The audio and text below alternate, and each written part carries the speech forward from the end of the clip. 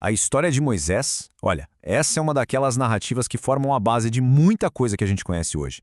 É uma jornada e tanto, sabe? Sobre encontrar um propósito, sobre libertação e sobre a transformação impressionante de um homem que tinha tudo para ser uma coisa e acabou se tornando o líder de uma nação inteira. Vamos mergulhar juntos nessa história.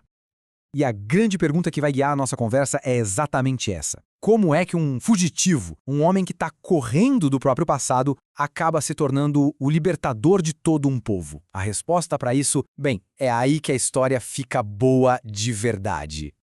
Então, tudo começa, como em muitas grandes histórias, num cenário bem sombrio, de pura opressão.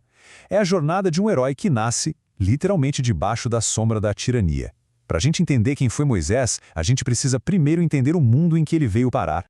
Pensa só, os israelitas chegaram no Egito como uma família de umas 70 pessoas. E de repente, bum, eles se multiplicam de um jeito absurdo, chegando a milhões. Eles viraram uma nação dentro de outra nação. E claro, esse crescimento todo começou a gerar um medo enorme no coração do faraó. E o medo do faraó, como era de se esperar, virou crueldade. Ele simplesmente escravizou os israelitas. Colocou todo mundo em trabalho forçado, sob uma humilhação constante. É bem interessante que, para muitos estudiosos, o Egito aqui não é só um lugar no mapa, sabe? É um símbolo muito forte da própria escravidão espiritual. Numa tentativa bem desesperada de frear esse crescimento, o faraó dá uma ordem pavorosa. Todos os meninos hebreus que acabassem de nascer deveriam ser mortos. E aqui tem um ponto fascinante que a fonte que a gente analisou levanta. Eles traçam um paralelo direto entre essa ameaça e a que o menino Jesus enfrentou séculos depois. É como se fosse um padrão espiritual, sabe? Um ataque direto contra os libertadores prometidos. Só que a fé de uma mãe muda completamente o rumo da história.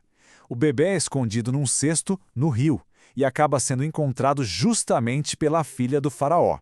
Ela o adota e dá a ele o nome de Moisés, que significa tirado das águas.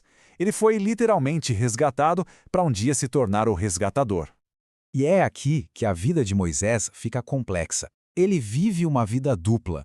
Lá no palácio, ele tem a melhor educação egípcia que o dinheiro pode comprar, aprendendo como se lidera um império.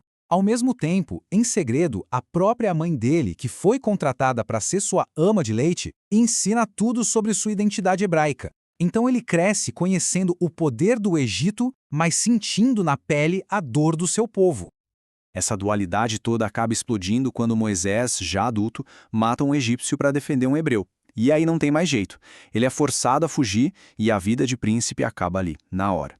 Ele entra no deserto, um lugar que vai transformar ele de príncipe em pastor e depois de pastor em libertador.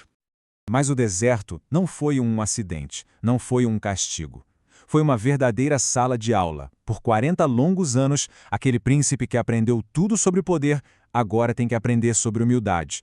O fugitivo que correu do seu passado agora vai encontrar o seu futuro. É ali, no silêncio do deserto, cuidando de ovelhas, que ele está sendo preparado para cuidar de um povo.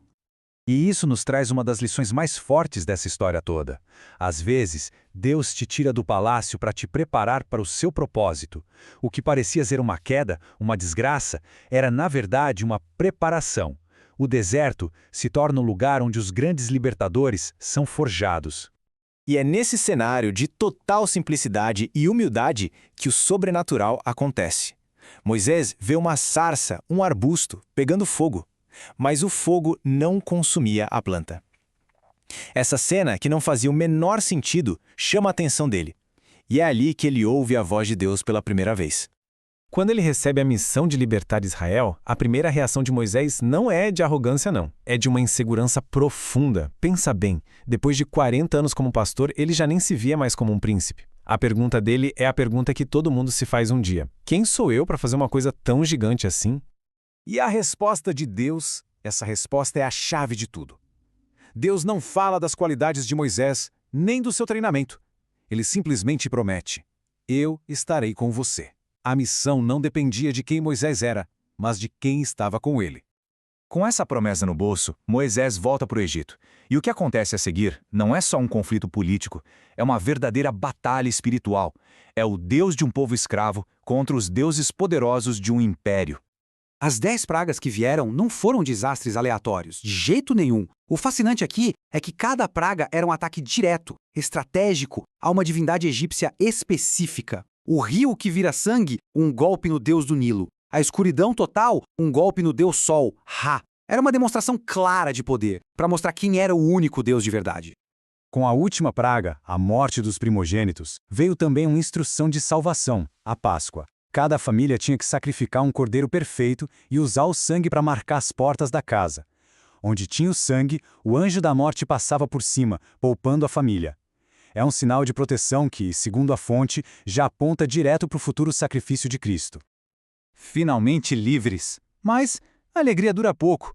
Os israelitas se veem num beco sem saída. O exército do faraó vem com tudo atrás deles. E na frente, o Mar Vermelho, intransponível. É um momento de pânico total. A liberdade parecia ter sido só uma miragem. E no auge do desespero, a ordem de Deus é uma loucura. Marchem! E então, o milagre acontece.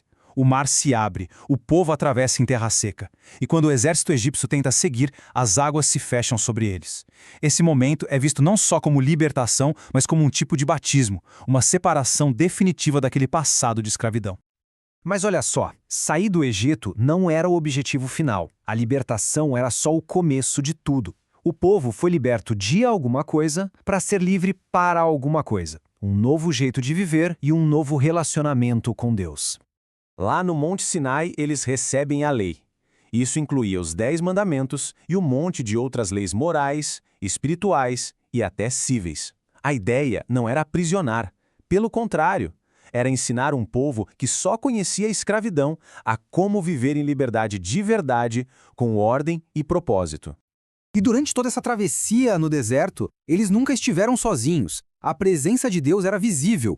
Uma coluna de nuvem de dia para proteger do sol escaldante e uma coluna de fogo à noite para aquecer e iluminar o caminho. Era um guia constante ali, presente.